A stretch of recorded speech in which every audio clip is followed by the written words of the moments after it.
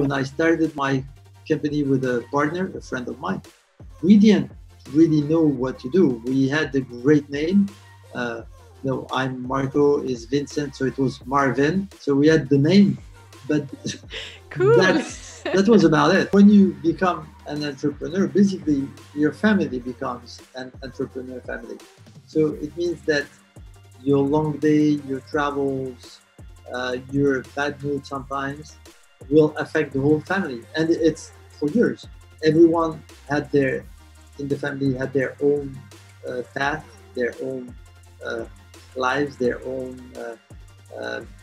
entrepreneurial adventures in different directions. The kids were doing their studies and traveling, abroad to work outside of, the country we were living in. My wife was working as an artist and had also her own journey. So everyone was not expecting me to be here all the time. Everyone had their lives, and at the same time they were supporting me, which is very important. Welcome to Seedstars podcast. Seedstars is an organization that aims to have an impact in emerging markets by supporting the local entrepreneurs, investing in their ventures, but also sharing their story globally because we really believe they are the true heroes. We'll be listening to them and other thought leaders and disruptors that are really shaping the future of tomorrow. And we hope that together we can build a sustainable impact. Hi, everyone. This is Elise, co-founder of Seedstars. And today I'm here with a new episode for Seedstars podcast.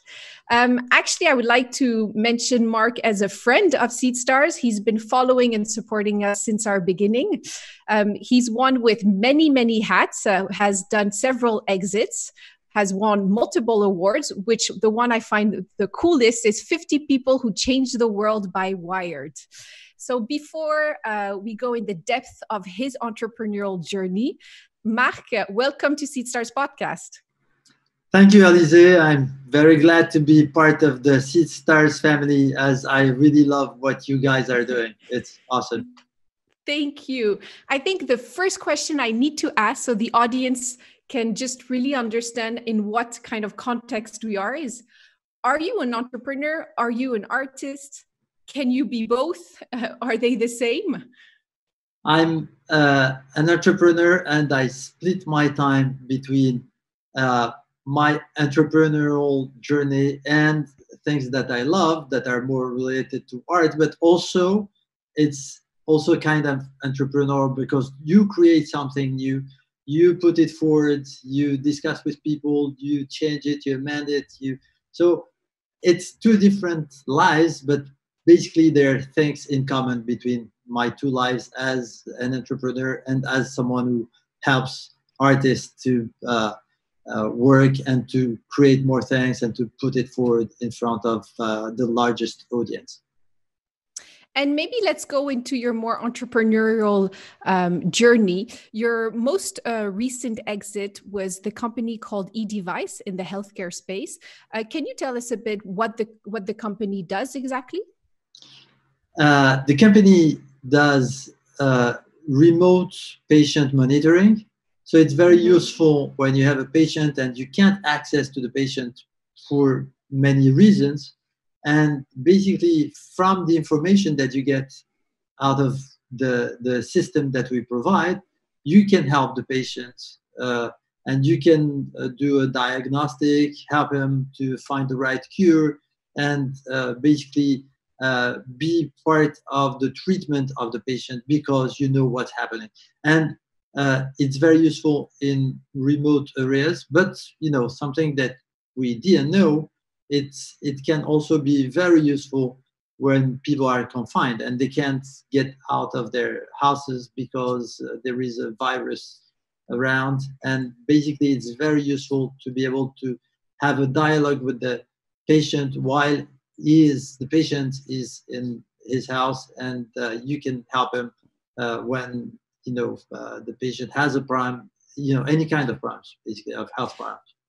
So since we're living quite a surreal moment right now with the COVID-19 pandemic, is the company actually working towards supporting patients in our current crisis. So where does the company stand today? Yes, the company is working, at the current moment to help patients, not for the COVID-19, but a number of patients with other pathologies have problems because they can't access the hospitals, they can't go and see their general practitioner, their normal doctor. So they need to be followed, they need to interact with the doctor. So we are providing a service for that.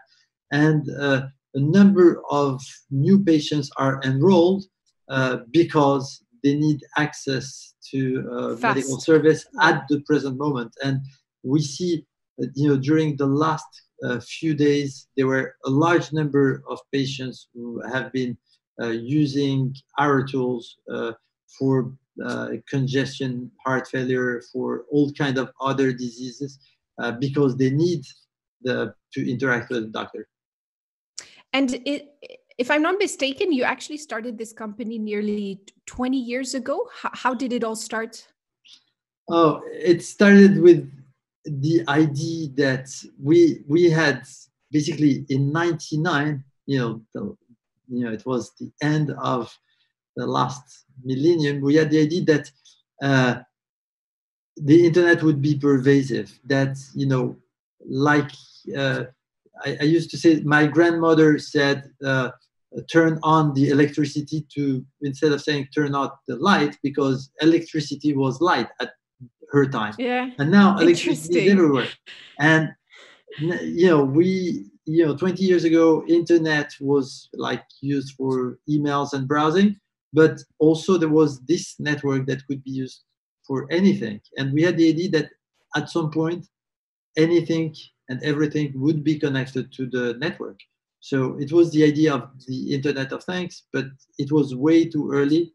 Exactly. I was saying maybe you were too visionary. This time I think we started. So when did you align with the market trend of e-health? When did that take place? Oh, we struggled for quite a long time because we found our market 8 years after we started. So wow. In 2008, we tried, all kinds of markets remote meter monitoring, remote vending machine monitoring, and all of that didn't really work because, it was basically too early. Technology was not ready. People were not expecting that kind of service, etc. And at some point, we realized that there was something for which people were ready, is when lives are at stake. So if you connect a pacemaker and you're able to provide information to the cardiologist, then you are offering a real service with a real value. So we went in this, we chose to go in the medical system, and we became the world leader in pacemaker and defibrillator monitoring. And then we added some other medical devices. You need to follow a patient who is on dialysis, for example, and make sure that the cure is well done, that the patient is compliant, etc. So you need to follow a patient which is diabetes type 1, very often kids, because they don't know how to use their medication. So it's very useful to have something that will control that the medication is well used. So all of that came, as basically because we realized that in healthcare there was a real need for a solution. I mean, at Seedstars, where I really know what it is to survive. How do you survive 8 years when the market is not ready? Wow, it's been tough because we had investors initially, and after a while they concluded they need to close the fund. Oh yeah, and they didn't see anything coming. So and every year we were expecting that it would be next year, and the year after we said, okay, last year we said that it would be next year, and it was wrong, but this time it will be next year, and we had to do the same thing year after year. So we struggled a bit. We lost you know, our investors on the way. Some of the clients, you know, did prototypes and they loved it, but when it went to, you know, they had to address the general market. Basically, there was no interest. So we struggled a lot. We had to fire, you know, most of the workforce. Uh, we had to. Which was where was mainly your workforce based? In Bordeaux, in France, in Bordeaux. Okay, in France. Okay, yeah. Understood.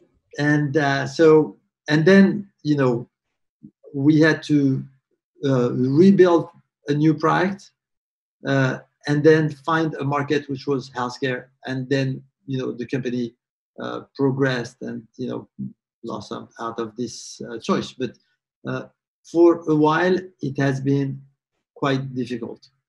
And was it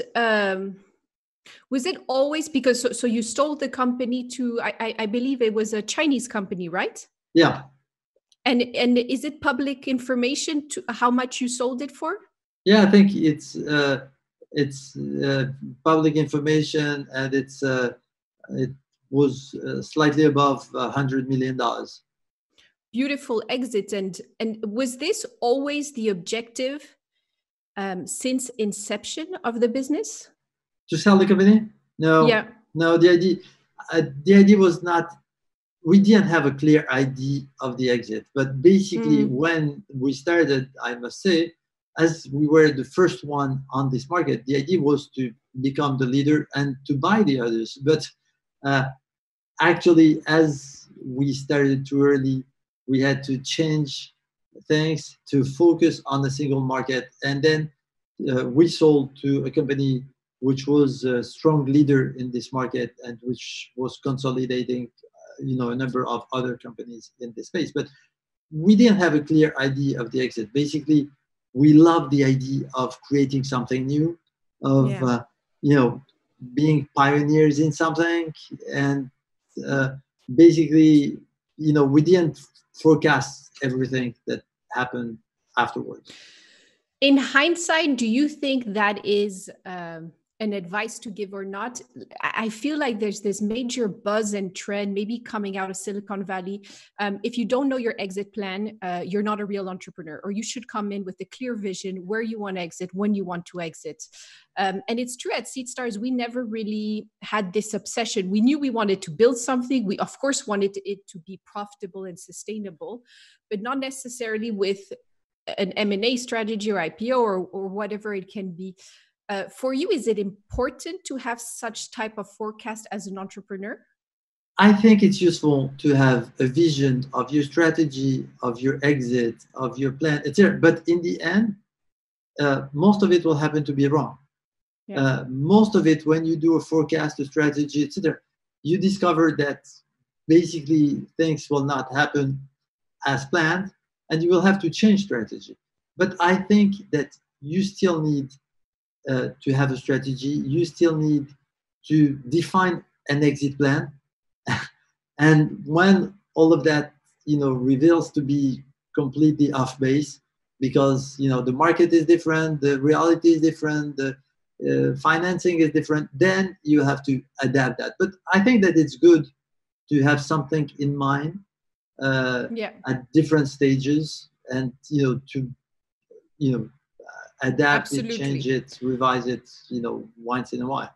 Also in terms of leadership, but what you're saying is maybe not get too attached to that forecast or that product or that exit strategy, because by default it probably will have changed by then.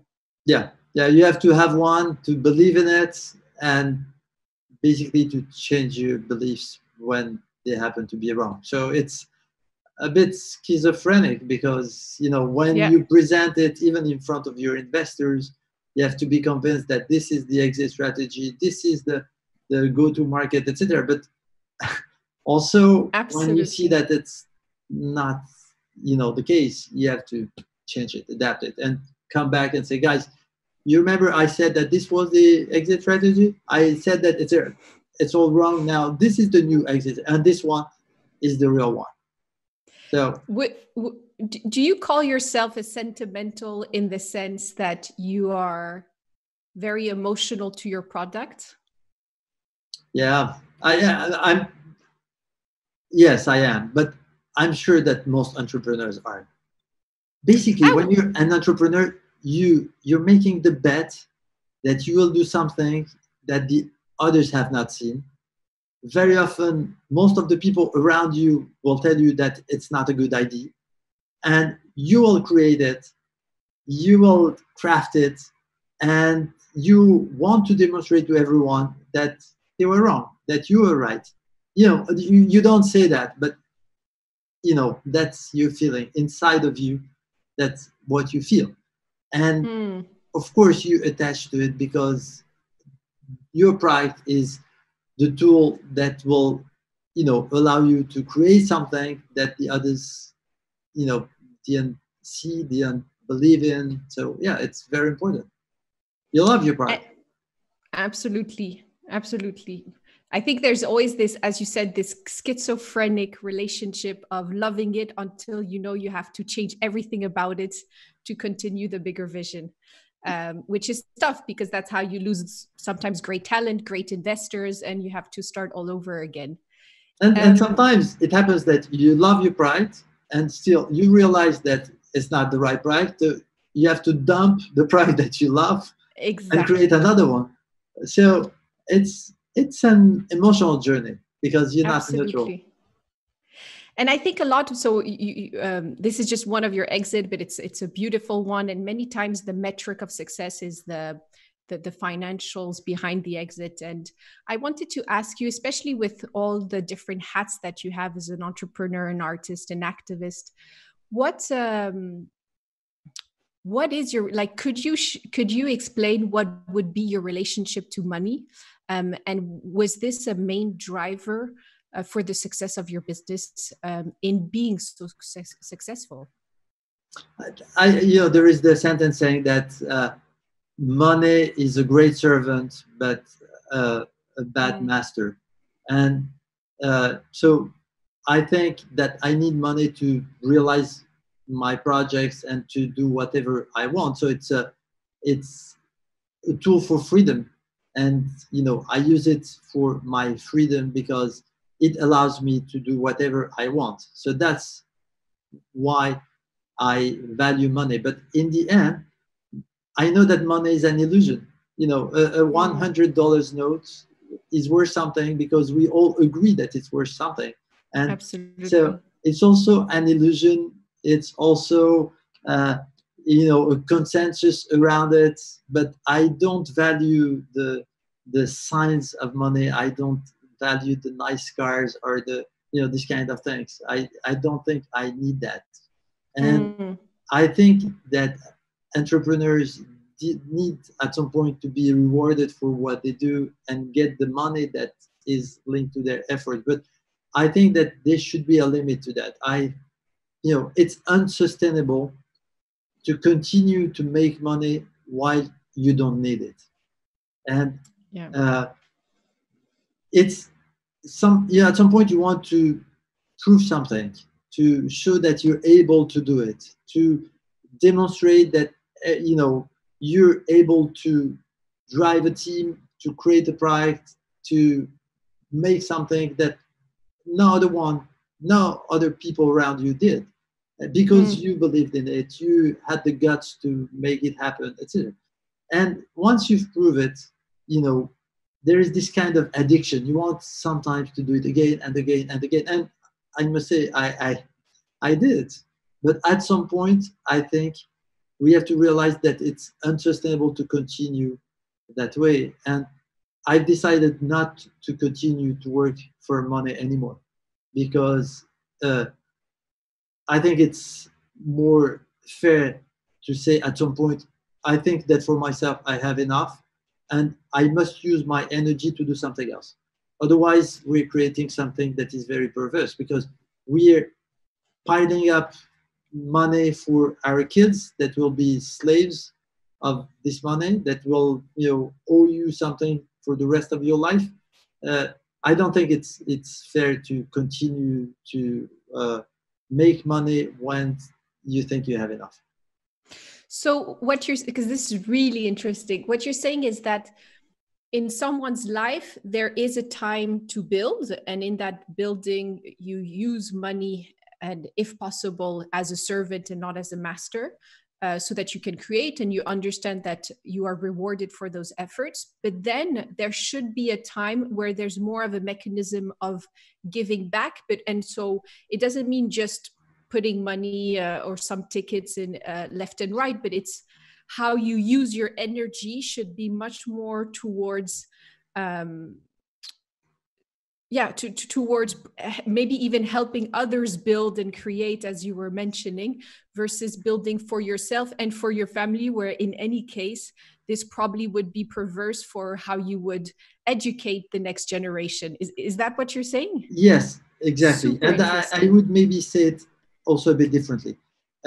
You know the Maslow pyramid? Yes. You know, you have the physiological needs, then, you know, etc. And you have the self-esteem, and then, you know, you have a step where you don't need, you know, your physiological needs are fulfilled, your self-esteem, etc., and you are able to help others and to be available for, you know, uh, other things. And I think that we have to climb the the Maslow pyramid. And some people will continue to pile up millions. They're stuck in the first level or the second level of the Maslow pyramid. They continue, you know, to think about their future physiological needs or the physiological needs of their kids or whatever. So they're stuck in that. And I think there is a way to progress. And, you know, I admire people who climb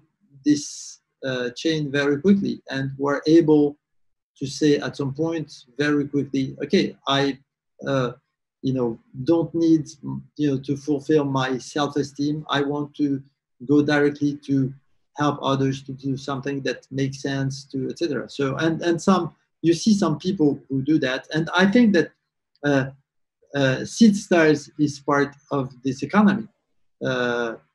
Because you are working, of course, for yourself and creating something for yourself as a team, but also you are also empowering others in regions that are less privileged to create something important, meaningful, that has an effect on the whole community. And this is, I think, very important.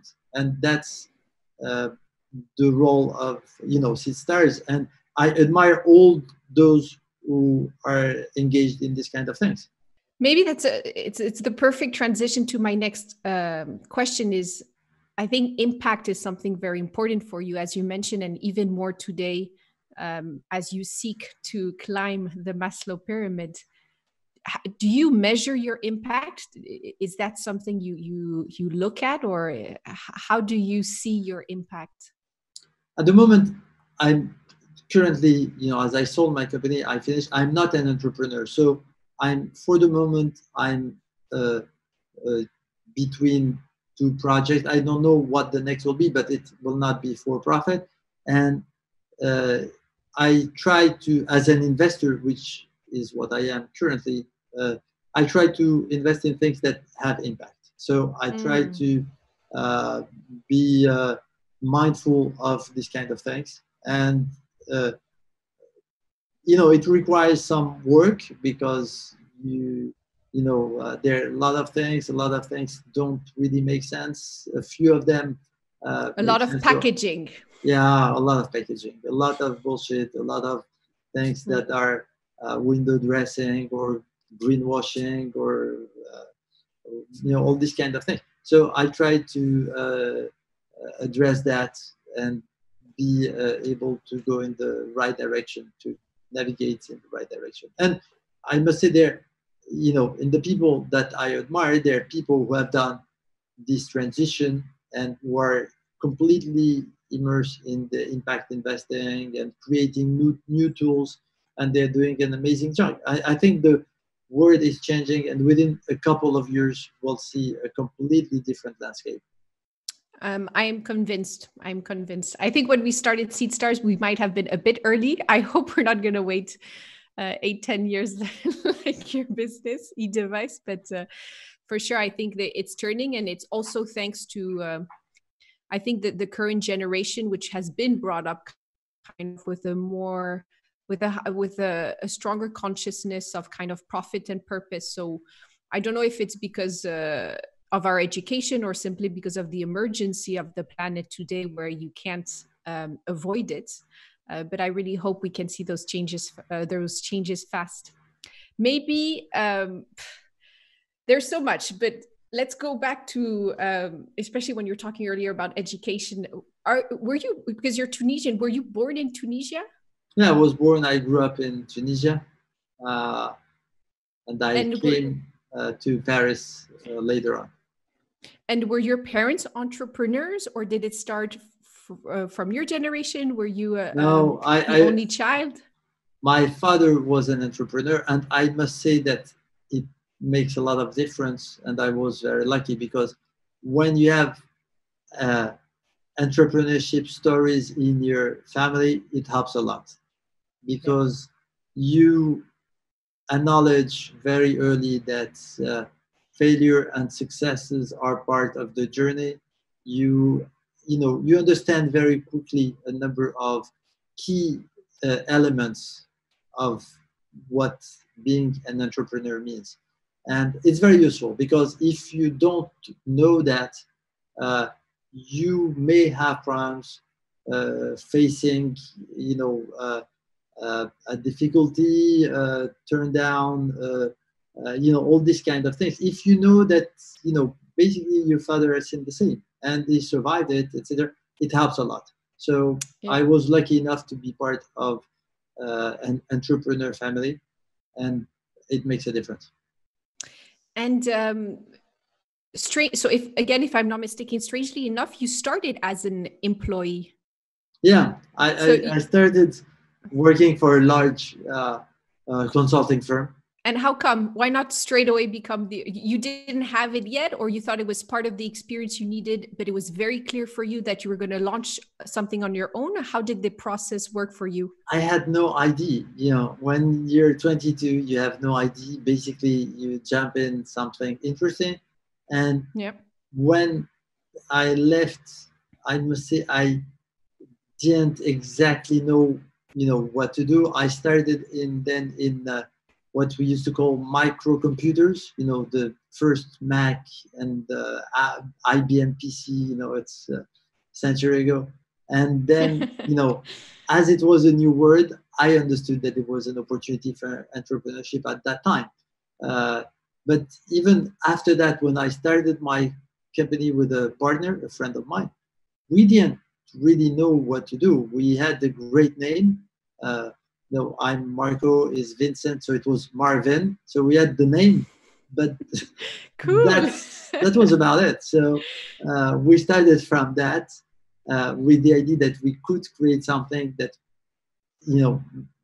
has value, but we didn't know exactly what. This is what fascinates me about you, is that every time you launch a new business, it seems as though you had no clue about the business. You had no clue, at least in the expertise of it.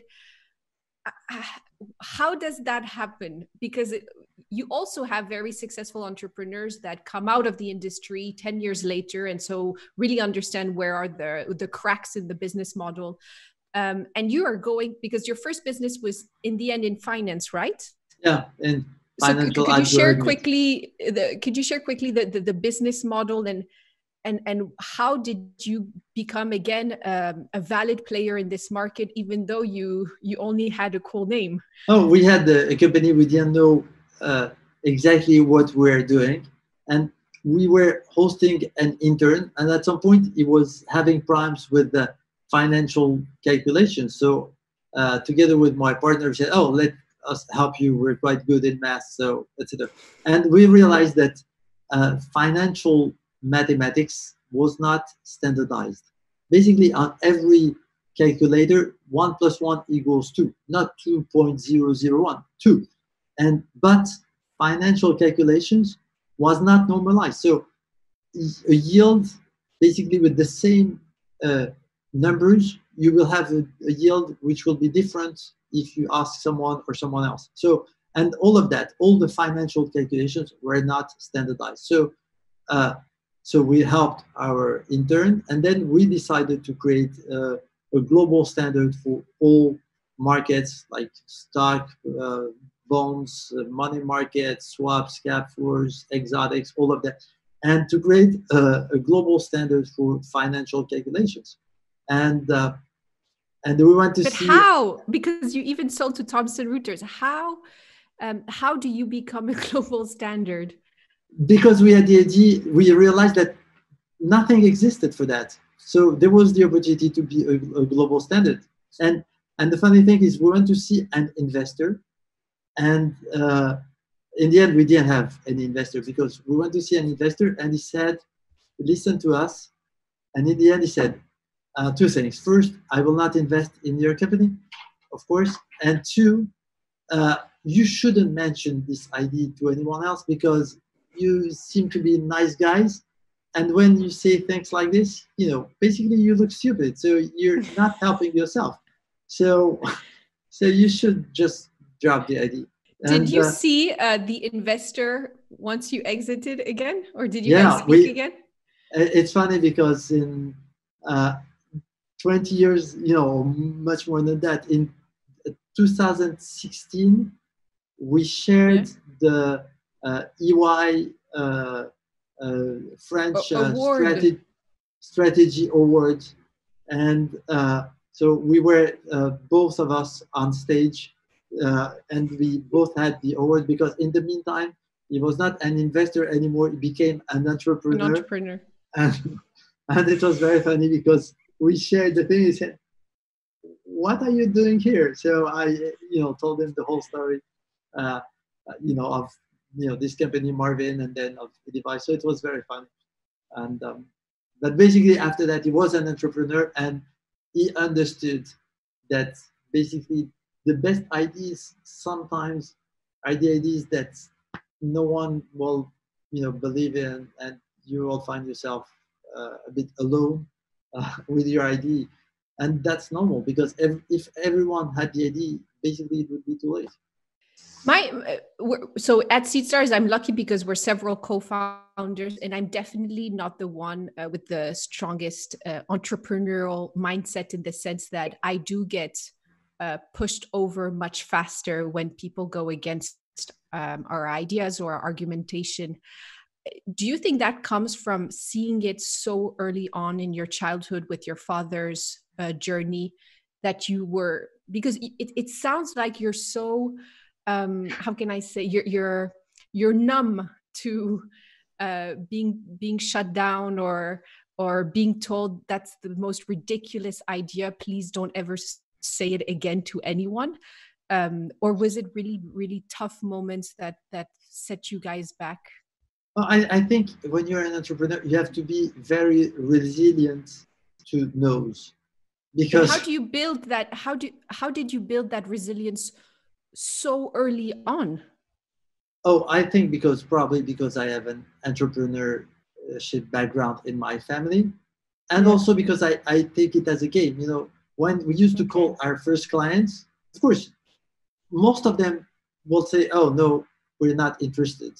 And if you take it personally, basically you will go and start crying in your room and don't get up from your bed the next morning.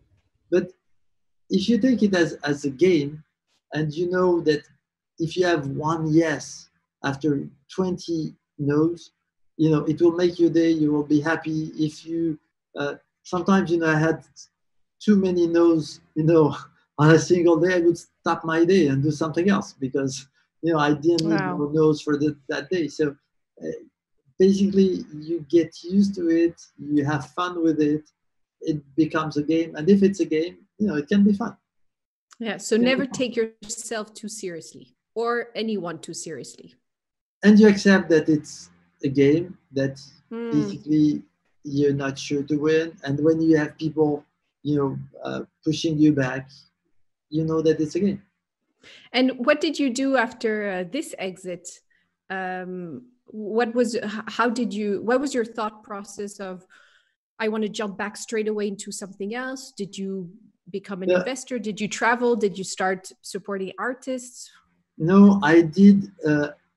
At that point, I was quite young. I thought that I was the smartest guy on earth. So how old were you? I was 35, 37. Wow. Yeah. And so I did a large number of stupid things, and I lost. Please name them all.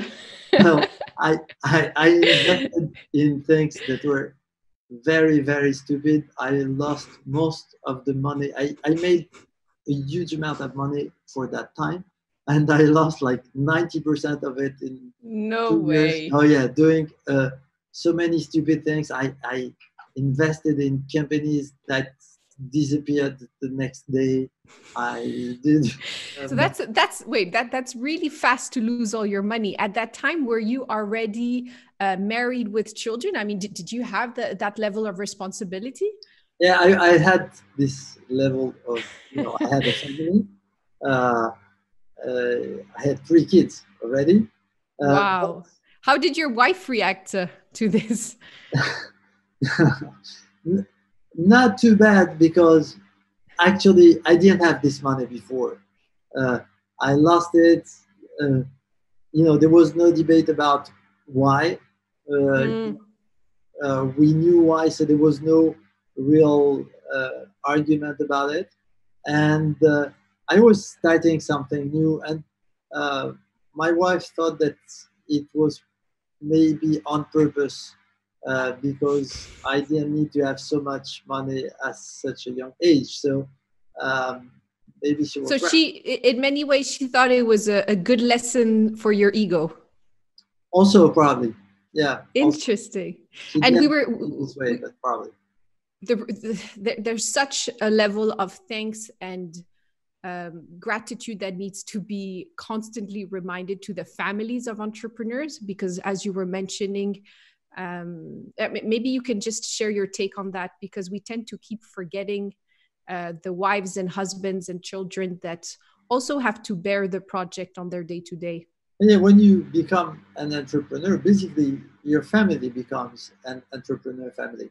So it means that your long day, your travels, your bad mood sometimes will affect the whole family, and it's for years. So when you start to become an entrepreneur, your whole family will be affected, and you need them to support you, because sometimes you really need their support, and basically you will affect their lives, because they will have to bear with you, and you will change plans for vacations at the last minute. You will spend time with them while you're thinking about something else. Of course, it's not an easy thing for your family to have a member which is working 16 hours per day, spending the weekends over things that were not done during the week, and all of that. Yes, the family is paying a high price. Absolutely, and there are actually a lot of entrepreneurs that we speak to where unfortunately it has been the reason to why the families have broken up or have had to pay too much of a price for it. For you, family in this case has been the foundation of your success, because it's been so steady and part of your growth. Yeah, they have supported me. They have understood very well what I was working on. Everyone in the family had their own path, their own lives, their own entrepreneurial adventures in different directions. The kids were doing their studies and traveling, abroad to work outside of, the country we were living in. My wife was working as an artist and had also her own journey. So everyone was not expecting me to be here all the time. Everyone has their lives, and at the same time, they were supporting me, which is very important.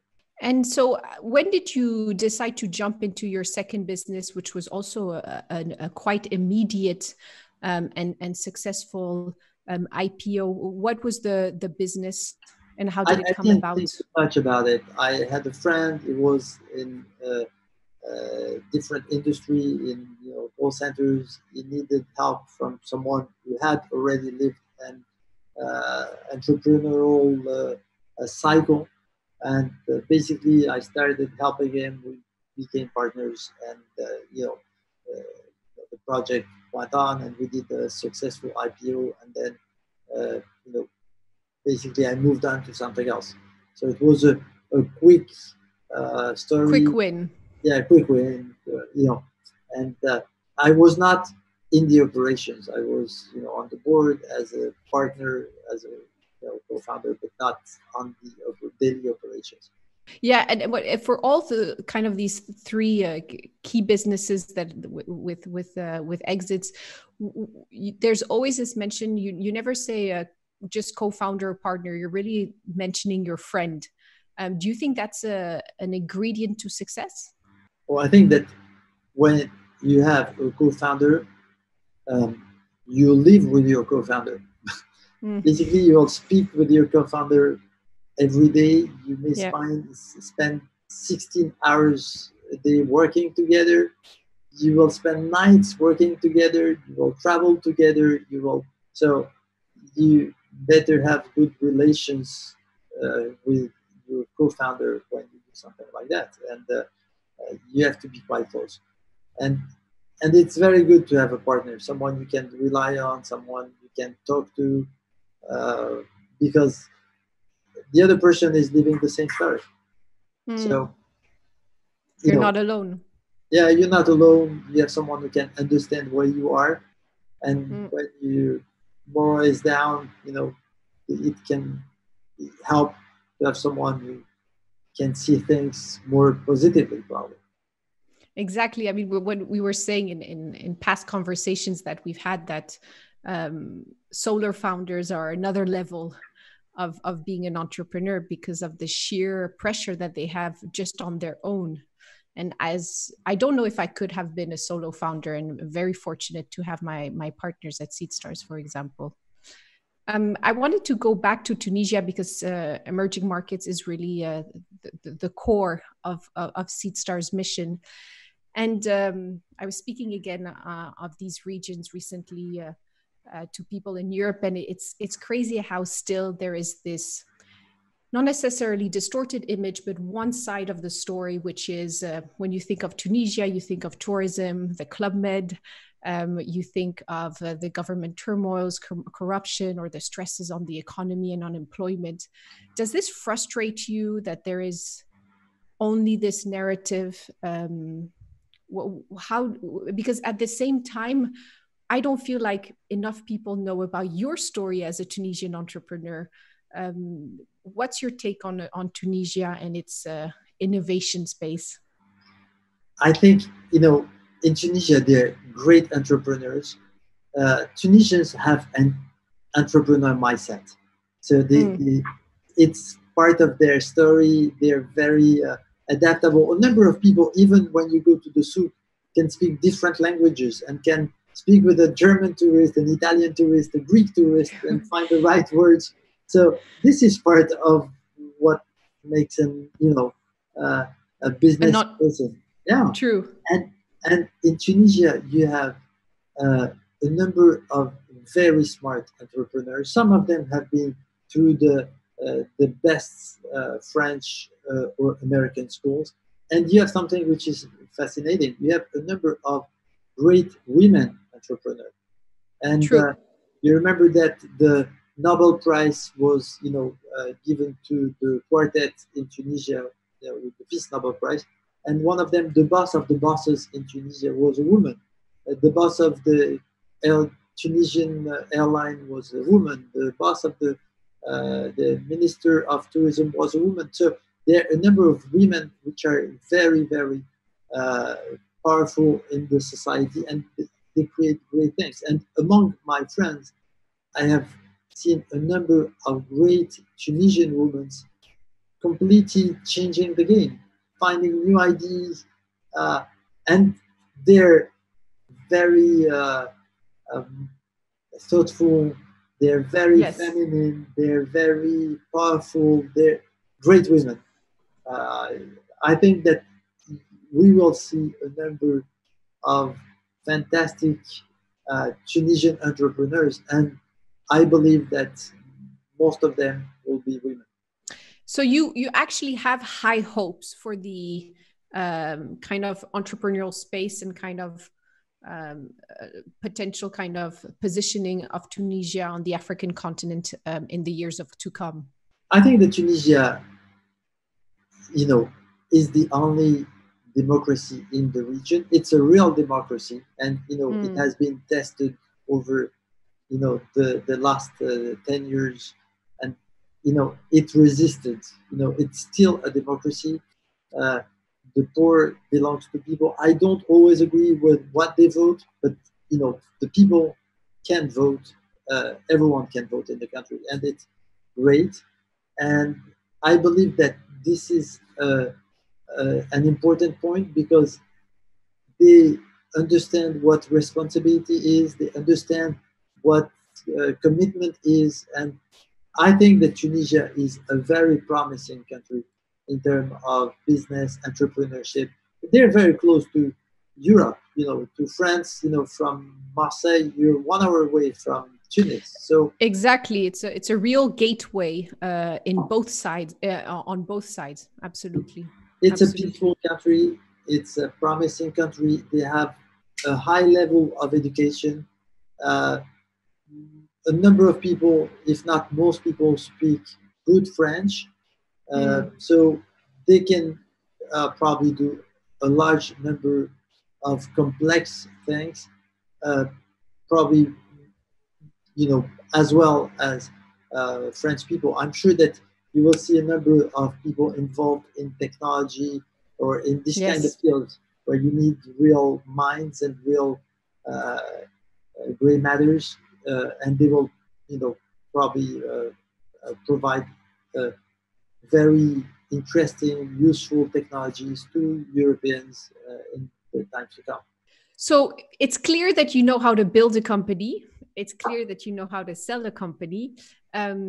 Maybe there are two hats that you have now, as an artist and as an investor. Can you share with us a bit what you're doing on the art side with, for example, the famous artist JR? And if you have one anecdote to share, because I've heard a lot of stories of even going to prison or being stopped because it was getting too intense. So if you could share a bit about your artistic life. Yeah, I work with artists. I started when I was with my company. I decided at some point, as we had no market, I took 2 sabbatical years because we were building products. So I didn't need to be involved because there was nothing to sell. So I didn't need to be around or on the payroll. So I took 2 sabbatical years doing something Yeah. else, and I did a number of very interesting things. Among them, I met with an artist, JR, with which we did a project. It was at the beginning. I knew him since he started, etc. And we did a project in the Middle East. It was in 2006 and 2007, called Face to Face. And the idea was to go on both sides, Israeli and Palestinian side, and to meet people doing the same job and to post their photos in like 8 meters high in Yeah. all large cities on the Palestinian side and the Israeli side. And it was a fascinating project because our idea was to start the project and see what happens. But we didn't believe a minute that we would complete the project.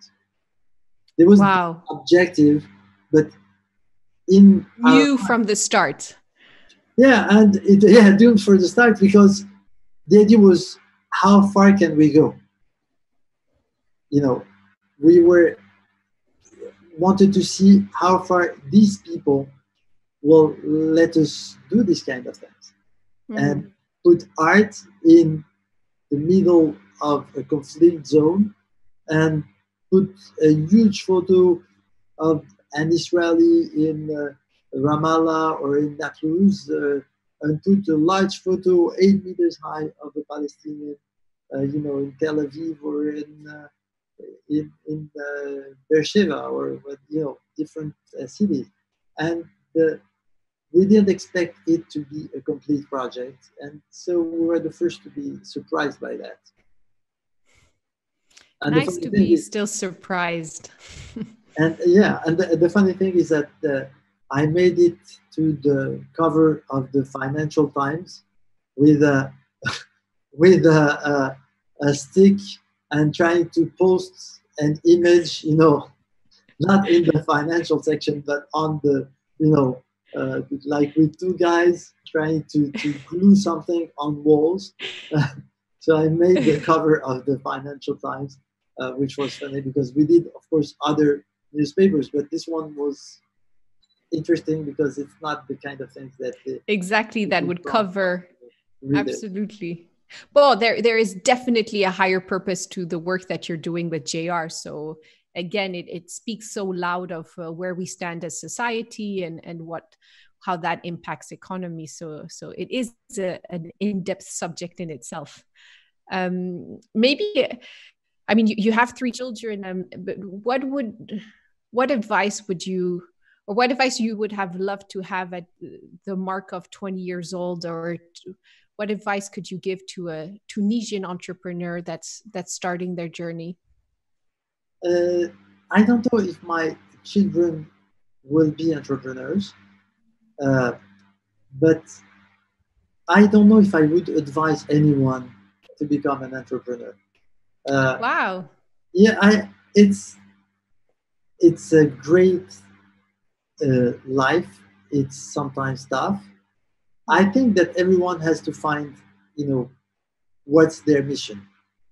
And if your mission is to be an entrepreneur, you have to do it and to face, the difficulty, the rewards, the hard times, the low moral, the awards all together, and in the same pot where you have the nice things and the bad things that come with the life of an entrepreneur. But everyone has to find their mission, and if their mission is not to be an entrepreneur, but a civil servant or something else, I think they have to find what it is. That's nice to hear, because I think especially today and with the media, it seems like it's become the new hype of how to live. I mean, it's become a lifestyle. It's become kind of the go-to career for any young. But so many people are jumping in for the wrong reasons. So it's true what you're saying. If at least there is some level of alignment with your mission, whatever you do, whatever path, you'll accept better the highs and lows, because it's more intrinsic to where you want to how you want to build value on this planet today. But it's nice to hear, because not a lot of people say it. And who said entrepreneurship was the only way to create value? No, I think there are very few spots open for entrepreneurs, and maybe at the moment there are too many entrepreneurs for too few spots. So I don't have a problem telling someone who wants to be an entrepreneur, say, oh no, I don't think it's a good idea, because if the person still do it, it means that that's what they really want to do, what the person really wants to do. So I wouldn't mind saying that it's not a good idea to jump in the entrepreneurship. And people have to understand that it's not that easy. They have to be prepared for the tough moments of the entrepreneurship lives. That they will endure, and the ones supporting them around also, to a certain extent. Yes. Maybe last question, more on your investor hat. There's a lot of investors or wannabe investors that have the same sense that there's too much kind of packaging, and so they're not able to find really interesting investment opportunities where they feel there is a sincere guideline around impact. In your research today, or how you've approached it, do you have any advice for them? I see a few things. First, there is a lot of things that are called impact, sustainable, blah blah blah, which are not.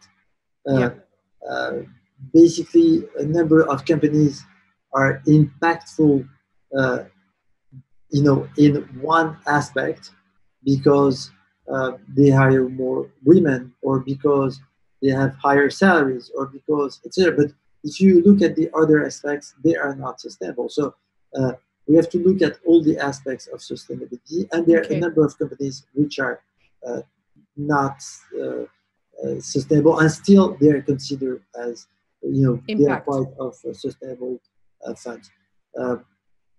Another aspect is, if you invest in sustainable stuff, you have to know that you shouldn't expect the same return as if you buy oil or guns or whatever, because part of your return will be impact.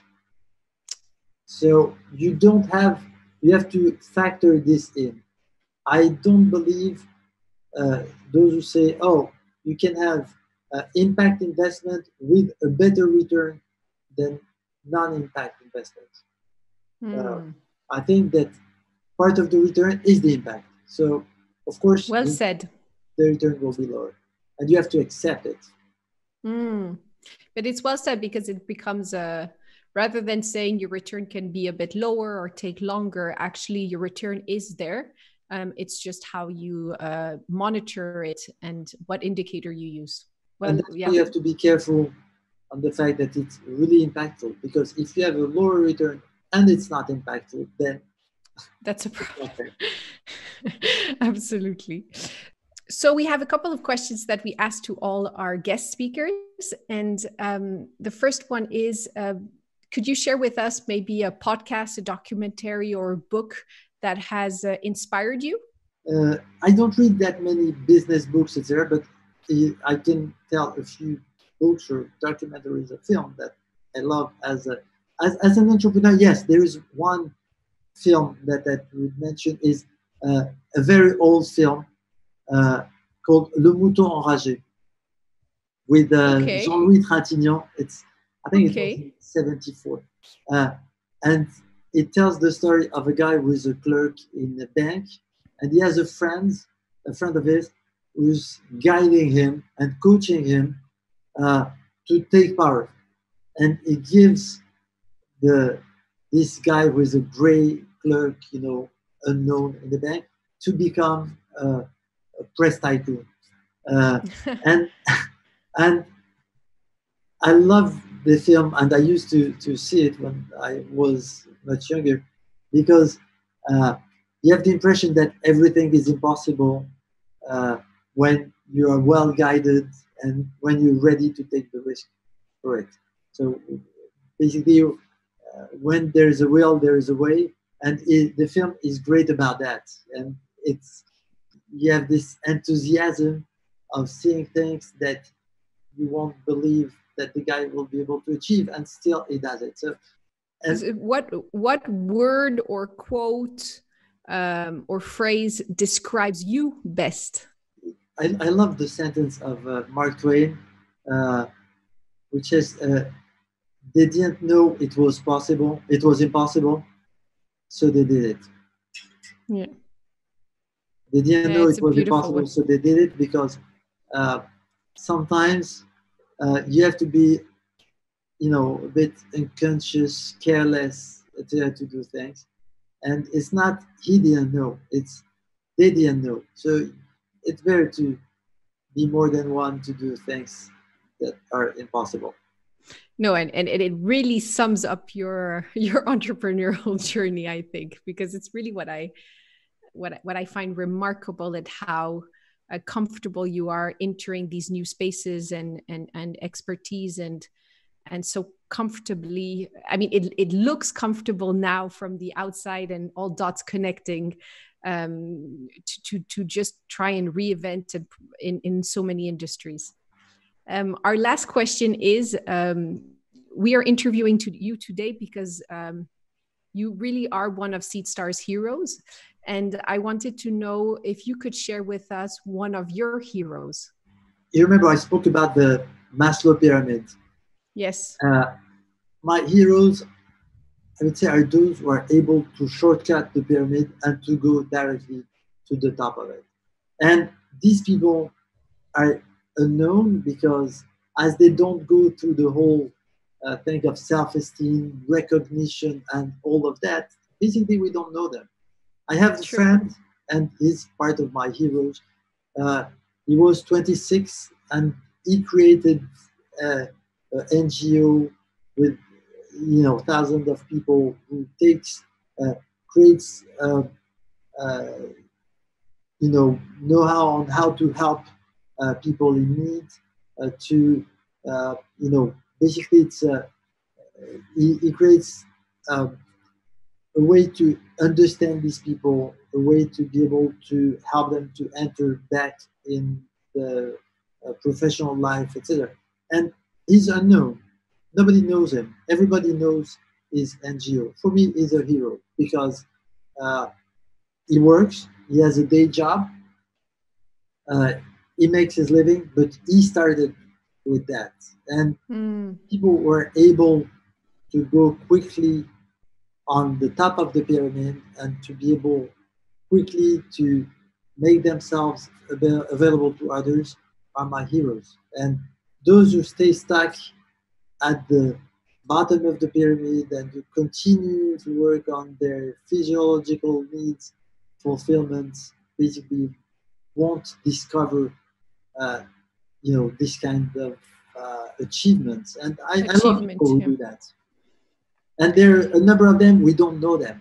And no, it's true. Doctors will take risks and spend time and dedicate their life, to help others, and will never be rewarded for that. So they're my heroes because they don't get the reward for what they do. Those who get the reward, basically, they get the money, they get the know-how, they get the fame, the network, the fame, network, and all of that. I have a hard time considering them as heroes, including, of course, myself. Yeah, because for you, there clearly is still steps to go for kind of a self-fulfillment. Maybe my last question then is, do you think society will change in a way that they will be recognized? Actually, at the moment, we're at the time where somehow we depend on people we don't know, who are the low wages of the society.